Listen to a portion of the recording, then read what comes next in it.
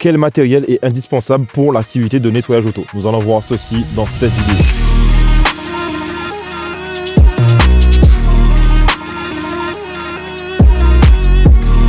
Salut à tous, j'espère que vous allez bien, c'est votre gars Ismaël et bienvenue dans ma toute nouvelle vidéo YouTube. Let's go! Je reçois énormément de messages de personnes qui veulent se lancer dans l'activité de nettoyage auto et qui ne savent pas quoi acheter. Au niveau de l'aspirateur, du compresseur, de l'injecteur extracteur, les produits, bref, on va tout voir aujourd'hui dans cette vidéo. Chaque information est super importante. Donc, sans plus attendre, on va commencer avec l'aspirateur. Dans un premier temps, pour moi, le matériel indispensable, ça sera la table. Parce que je me suis lancé dans l'activité de nettoyage auto, je ne possédais pas de table. Alors j'allais chez mes clients, je mettais les tapis au sol ou je mettais les tapis sur le capot et je me débrouillais comme ça justement pour réaliser une prestation. Donc c'est super important d'avoir une table ou un établi. Pour moi, les deux se valent. Un établi, c'est vrai que c'est plus solide, mais si vous n'avez pas le budget pour acheter un établi, parce que ça coûte, je crois, plus de 50 € si je ne me trompe pas, vous pouvez partir sur une table comme celle-ci par exemple. Moi, c'est une table de camping, rien de plus simple. Depuis le début, elle me suit cette table et elle est vraiment parfaite. Voilà, ça vous permet de déposer vos produits, de déposer les tapis des clients. Les pulvérisateurs par exemple, vous pouvez les mettre sur le côté, ici, et ça tient.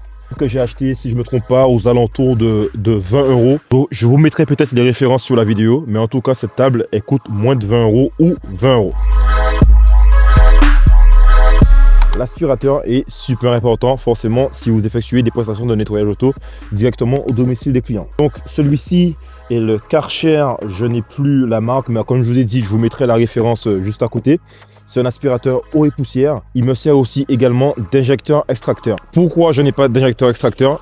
Tout simplement parce que le véhicule, comme vous le voyez, ce n'est pas un utilitaire, donc je suis assez restreint. Je n'ai pas trouvé ça utile d'acheter un injecteur extracteur. Étant donné que celui-ci fait déjà eau et poussière, je n'ai qu'à brancher le flexible de l'injecteur extracteur ainsi que la suceuse, tout simplement. Surtout, je vous conseille de prendre une suceuse qui est assez longue. Évitez de prendre celle qui est assez courte. Pourquoi? Lorsque vous allez arriver au niveau des rails de siège, la petite suceuse ne pourra pas aller jusqu'au fond. L'idéal, c'est de partir sur une suceuse comme celle-ci. Au moins, vous ne serez pas limité dans les petits recoins. Pas obligatoire d'avoir un groupe électrogène, encore une fois. J'ai démarré sans groupe électrogène. Ensuite, par la suite, je me suis fait des bénéfices dans l'activité de nettoyage auto qui a fait qu'aujourd'hui, je possède un groupe électrogène. Pourquoi ce n'est pas indispensable? Dans un premier temps, un groupe électrogène, ça coûte assez cher. Il faudra compter plus de 600-700 €. Vous allez voir, quand je vais vous présenter mon groupe électrogène, vous allez voir qu'il n'est pas assez puissant pour tout le matériel que je possède. Pour démarrer dans l'activité, comme je vous ai dit, ce n'est pas obligatoire. Il vous faudra une rallonge assez longue, plus de 30 mètres. C'est idéal pour les clients qui sont en appartement. Bien évidemment, j'espère que le client n'habite pas au 10e étage. Vous pouvez démarrer comme ça, avec une rallonge. Vous branchez directement chez le client. Mon groupe électrogène, c'est un 2300 watts. Oui, il est petit, mais il me permet en tout cas de brancher tout le matériel, mais qui ne fonctionne pas en même temps. Je m'explique. Par exemple, imaginons que je branche mon aspirateur. Je ne pourrais pas utiliser mon aspirateur qui est branché et qui est allumé et qui fonctionne avec mon compresseur qui se recharge. Les deux matériels font plus que 2300 watts. Donc, le groupe électrogène, il va se couper et je devrais le rallumer par la suite. L'idéal, c'est de partir sur un groupe électrogène de 4500. Comme ça, au moins, vous pouvez utiliser votre aspirateur pendant que votre compresseur recharge. Je ne pourrais pas vous montrer la référence étant donné qu'il est plus vendu sur internet. Le plus important, ce sera de regarder la puissance de votre groupe électrogène. Si une seule prise, c'est pour ça que l'idéal, c'est d'avoir à côté de vous une petite rallonge comme celle-ci de 7 mètres. Donc c'est idéal, pourquoi? Parce que là, hop, je mets mon groupe électrogène à proximité de mon véhicule. Je branche ceci, j'ai 4 prises dessus, je mets mon compresseur dessus parce que mon compresseur, son câble, il n'est pas assez long. Donc je le branche, la rallonge reste à côté. Et même si le véhicule, il est là-bas, par exemple, ben hop, je mets ma rallonge de 30 mètres et je vais pouvoir nettoyer le véhicule du client juste à côté. Donc l'idéal, toujours avoir deux rallonges, une grande et aussi une petite comme celle-ci de 7 mètres. En tout cas, pour celui-ci, j'arrive à réaliser deux prestations avec un plein. Le plein, c'est 5 €. 5 €, 6 €, ça dépend. Comme j'ai dit, il n'est pas indispensable le compresseur au début. Parce que en fait, j'ai commencé comme ça, j'ai commencé sans compresseur. À la place du compresseur, j'avais ma perceuse visseuse avec une brosse que j'ai toujours. Mais je pouvais réaliser des prestations, bien évidemment, pas avec les tarifs que j'affiche actuellement. Donc, mon compresseur, c'est cette marque-là. Donc, je ne sais pas le dire. Donc, je dis Chapache ou Chouapache, un truc comme ça, je ne sais pas. C'est un compresseur de 25 litres. Alors, certains diront que c'est pas suffisant. En tout cas, pour moi, ça me suffit largement. Voilà, il y en a certains qui disent que voilà, 50 litres, c'est le minimum. Pour moi, 25 litres, ça ne m'a jamais posé problème. Les gars, c'est votre budget, c'est votre argent. Si vous n'avez pas la possibilité d'acheter un compresseur de 50 litres, partez sur un compresseur de 8 litres ou même 25 litres pour débuter. Comme ça, au moins, vous vous familiarisez avec le compresseur. Et par la suite, lorsque vous aurez le budget, vous allez partir sur un compresseur de 50 litres. Parce qu'encore une fois, s'il faut attendre l'argent ne sera jamais là. J'ai zéro souci, je suis satisfait. Peut-être par la suite, je partirai sur un 50 litres, mais pour le moment en tout cas, ce n'est pas indispensable. Donc je reste sur mon compresseur de 25 litres. Là, j'ai un petit flexible de 20 mètres avec mon petit tournador qui est justement branché dessus. Lorsque vous allez acheter un compresseur, il faudra forcément acheter un flexible. Le mien, il est manuel. Donc, c'est-à-dire que lorsque je le tiens, il ne rentre pas automatiquement. Il faut l'enrouler. Pareil, ça, je l'ai acheté sous le Bon Coin à 10 €, je crois. Ainsi que le Tornador. Ça, c'est une collaboration commerciale. Donc, je n'ai pas acheté. Au niveau de la recharge, il se recharge assez rapidement. Franchement, je pense qu'en 1 minute 50, 1 minute 50 ou 2 minutes, il est rechargé. Lorsque vous allez appuyer sur votre Tornador, donc l'air qui a été comprimé à ce niveau-là va se rejeter au niveau du pistolet. Et lorsque le nombre de barres va baisser, le compresseur va se recharger. Pendant que le compresseur recharge, vous avez la possibilité de toujours l'utiliser. Ça ne va rien changer. D'accord? Au bout d'un moment, bien évidemment, étant donné qu'il se recharge et vous rejetez de l'air en même temps, il va forcément se décharger. Lorsqu'il va se décharger, il n'y aura plus d'air au niveau du pistolet. C'est simple, vous arrêtez d'utiliser. Pendant ce temps, vous pouvez, je ne sais pas moi, nettoyer le plastique, nettoyer la moquette, je ne sais pas. Et il se recharge. En 1 minute 50, 2 minutes, il est rechargé. Et après, vous pouvez le réutiliser par la suite. Les gars, il n'y a rien de compliqué dans l'activité de nettoyage auto. C'est juste du bon sens et juste de l'organisation. Rien de plus. Moi, je possède le Vaporex Compact. Je parle de mon expérience, je parle pour moi. Après, vous faites ce que vous voulez, vous achetez ce que vous voulez. Mais n'allez pas dire que c'est Ismaël qui a dit oui, il faut ça, il faut ça. À aucun moment, je vais vous dire que c'est ça ou rien du tout. Vous faites ce que vous voulez. Je suis vraiment content. Le flexible, il est vraiment solide. Comparé au Karcher, justement, qui s'abîme souvent, je crois qu'à ce niveau-là, au niveau du Karcher, au bout d'un moment, le flexible, il se pète. Et puis, il faut racheter un autre. Le flexible, il est assez gros, il est assez épais. Même au niveau de la poignée, c'est vraiment solide. Donc, je pense que celui-ci, il va me durer vraiment longtemps. De plus, son câble d'alimentation, il est vraiment long.